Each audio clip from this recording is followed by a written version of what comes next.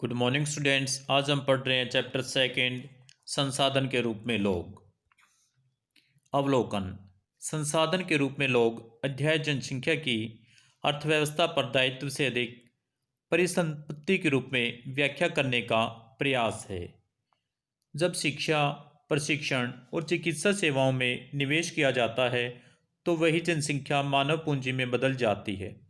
वास्तव में मानव पूंजी कौशल और उसमें निहित उत्पादन के ज्ञान का स्टॉक है। भूमि पूंजी तथा प्राकृतिक संसाधन किसी देश के लिए महत्वपूर्ण संसाधन होते हैं और ये संसाधन उत्पादन में सहायक होते हैं, और मानव संसाधन ही अपने कौशल से इन संसाधनों को उपयोगी बनाते हैं। परिचय। संसाधन के रूप में लोग वर्तमान उत्पादन कौशल और क्षमताओं के संदर्भ में किसी देश के कार्यरत लोगों का वर्णन करने का एक तरीका है। उत्पादक पहलू की दृष्टि से जनसंख्या पर विचार करना सकल राष्ट्रीय उत्पाद के सृजन में उनके योगदान की क्षमता पर बल देता है। दूसरे संसाधनों की भांति ही जनसंख्या भी एक संसाधन है। जनसंख्या एक मानव संसाधन है। मानव संसाधन भूमि और भौतिक पूंजी जैसे अन्य संसाधनों से भिन्न है, क्योंकि मानव संसाधन उत्पादन का एक सक्रिय कारक है। दूसरे संसाधनों की भांति जनसंख्या भी क्या है? एक संसाधन है। यह विशाल जनसंख्या का एक सकारात्मक पहलू है जिसे प्राय उस वक्त अनदेखा कर दिया जाता है जब हम इसके नकारात्मक पहलू को देखते हैं, जैसे भोजन, शिक्षा और स्वास्थ्य सुविधाओं की जनसंख्या तक पहुंच से संबंधित समस्याओं पर विचार करते समय जब इस विद्यमान मानव संसाधन को और अधिक शिक्षा तथा स्वास्थ्य द्वारा और विकसित किया जाता है, तब हम इसे मानव पूंजी निर्माण कहते हैं। स्वास्थ्य व्यक्ति ही देश की वास्तविक संपत्ति होते हैं और वे ही मानव पूंजी का निर्माण करते हैं, जो भौतिक पूंजी निर्माण की ही भांति देश की उत्पादक शक्ति में वृद्धि करता है। मानव पूंजी में निवेश जैसे शिक्षा, प्रशिक्षण और स्वास्थ्य सेवा के द्वारा भौतिक पूंजी की ही भांति प्रतिफल प्रदान करता है। अधिक शिक्षित या बेहतर प्रशिक्षित लोगों की उच्च उत्पादकता के कारण होने वाली अधिक आय और साथ ही अधिक स्वस्थ लोगों की उच्च उत्पादकता के रूप में इसे हम प्रत्यक्षतः देखा जा सकता है।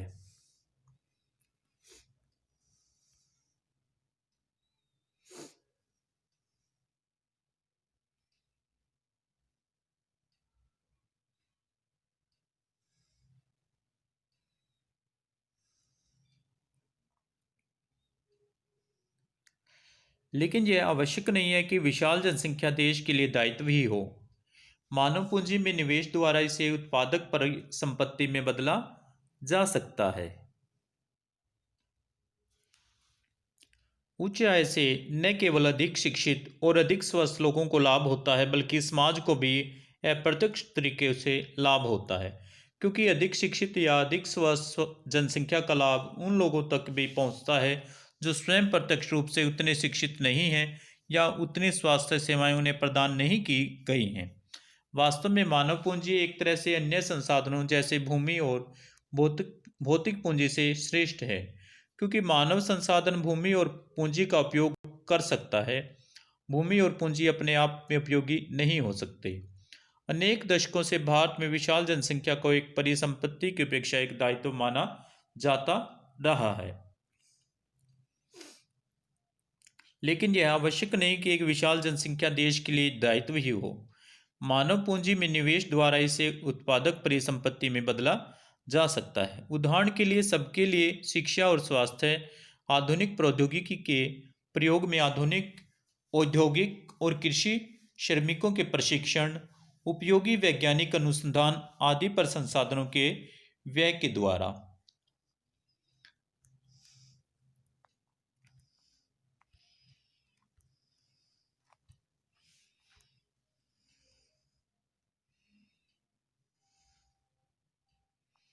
यहाँ पे दो कहानियां दी गई हैं, पहले हम उनको पढ़ेंगे। पहले सकल की कहानी के बारे में पढ़ेंगे। दो मित्र हैं, विलास और सकल। एक ही गांव सेमापुर में रहते थे। सकल की आयु 12 वर्ष की थी। उसकी माँ शीला घर का कामकाज देखती थी। उसके पिता बूटा चौधरी खेत में काम करते थे। सकल घर के कामकाज में अपनी माँ की मदद करता था। वह अपने छोटे भाई जीतू और बहन सीतू की भी देखभाल करता था। उसके चाचा श्याम ने मैट्रिक की परीक्षा पास की थी, लेकिन वह घर में बेकार बैठा था क्योंकि उसे कोई नौकरी नहीं मिली। बूटा और शीला चाहते थे कि उनका बेटा सकल पढ़े लिखे।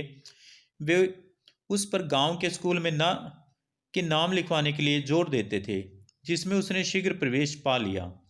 उसने पढ़ना शुरू किया और उच्चतर माध्यमिक की परीक्षा पास कर ली। उसके पिता ने अपनी अपनी पढ़ाई जारी रखने के लिए राजी कर लिया। उन्होंने सकल के लिए कंप्यूटर के व्यावसायिक कोर्स में अध्ययन के लिए कर्ज लिया। सकल प्रतिभाशाली था और आरंभ से ही पढ़ाई में उसकी रुचि थी। उसने बड़े लगन और उत्साह से अपना कोर्स पूरा किया। कुछ समय के पश्चात उसे एक प्राइवेट फर्म में नौकरी भी मिल गई। उसने एक नए प्रकार के सॉफ्टवेयर को डिज़ाइन भी किया। इस सॉफ्टवेयर से फर्म को अपनी बिक्री बढ़ाने में सहायता मिली। उसके बॉस ने उसकी सेवाओं से प्रसन्न होकर उसे पदोन्नति दी, उसे प्रमोशन भी दी। दूसरी कहानी है विलास की। विलास 11 वर्ष का एक लड़का था। वह सकल के ही गांव में रहता था। विलास के पिता महेश एक मछुआरे थे। विलास जब केवल 2 वर्ष का था तो उसके पिता की मृत्यु हो गई थी। उसकी माँ गीता ने मछलियाँ बेचकर अपने परिवार को पाला पोसा। वह जमींदार के तालाब से मछलियाँ खरीदती और निकट की मंडी में बेचती थी। वह मछलियाँ बेचकर एक दिन में केवल 150 रुपये कमा पाती थी। विलास गठिया का रोगी बन गया। उसकी माँ के पास इतना पैसा नहीं था कि वह उसे किसी डॉक्टर को दिखा पाती। वह स्कूल भी नहीं जा सका। उसकी पढ़ने में रुचि नहीं थी। वह खाना पकाने में अपनी माँ की मदद करता तथा अपने छोटे भाई मोहन की भी देखभाल करता। कुछ समय पश्चात उसकी माँ बीमार पड़ गई तथा उनकी देखभाल करने वाला कोई नहीं था। परिवार में उनकी सहायता करने वाला भी कोई नहीं था। विलास भी उसी गांव में मछलियां बेचने के लिए बाध्य हुआ। अपनी माँ की तरह वह भी कम ही कमा पाता था। इन दोनों व्यक्तियों के अध्ययन में हमने देखा सकल स्कूल जाता था जबकि विलास स्कूल नहीं गया। सकल शारीरिक रूप से हष्टपुष्ट और स्वस्थ था। उसने बार बार डॉक्टर के पास जाने की आवश्यकता नहीं पड़ती थी। विलास गठिया का रोगी था। उसके यहाँ डॉक्टर के पास जाने के साधन नहीं थे।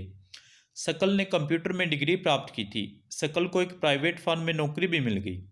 विलास वही काम करता था जो उसकी माँ करती थी। उसकी माँ की ही तरह परिवार को पालने पोसने के लिए उसकी आय बहुत कम थी। सकल के मामले में कई वर्षों की शिक्षा ने उसके श्रम की गुणवत्ता बढ़ा दी थी। इससे उसकी कुल उत्पादकता में भी वृद्धि हुई। कुल उत्पादकता देश की समृद्धि में योगदान देती है। इसके अथक विकास में योगदान देती है।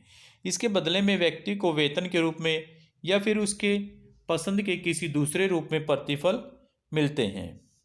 विलास को उसके जीवन के आरंभिक भाग में कोई शिक्षा या स्वास्थ्य सेवा नहीं मिल सकी। वह अपनी माँ की भांति ही मछलियाँ बेचकर अपना जीवन यापन करता है। इसलिए वह अपनी माँ की ही तरह अकुशल श्रमिक का वेतन पाता है, कम वेतन पाता है।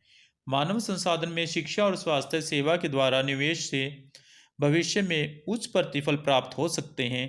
जैसे शिक्षा प्राप्त करके व्यक्ति डॉक्टर, इंजीनियर बन जाते हैं, जो कि देश के लिए, समाज के लिए एक अच्छा संसाधन बनते हैं। लोगों में यह निवेश भूमि और पूंजी में निवेश की ही तरह होता है। एक बच्चा भी जिसकी शिक्षा और स्वास्थ्य पर निवेश किया गया है, भविष्य में उच्च आय और समाज को वृहत योगदान के रूप में अधिक प्रतिफल दे सकता है। यह देखा जाता है कि शिक्षित माँ बाप अपने बच्चों की शिक्षा पर अधिक निवेश करते हैं। ऐसा इसलिए होता है क्योंकि उन्होंने स्वयं भी शिक्षा के महत्व को अनुभव किया है। वे उचित पोषण और स्वच्छता के प्रति भी सचेत होते हैं। इसी प्रकार वे अपने बच्चों को की स्कूली शिक्षा और अच्छे स्वास्थ्य की आवश्यकताओं का भी ध्यान रखते हैं। इस तरह इस मामले में एक अच्छा चक्र बन जाता है। इसके विपरीत स्वयं भी अशिक्षित और अस्वच्छता तथा सुविधा वंचित स्थिति में रहने वाले माँ बाप एक दुष्चक्र सृजित कर लेते हैं और अपने बच्चों को अपनी ही तरह सुविधाओं से वंचित रखते हैं। Okay students,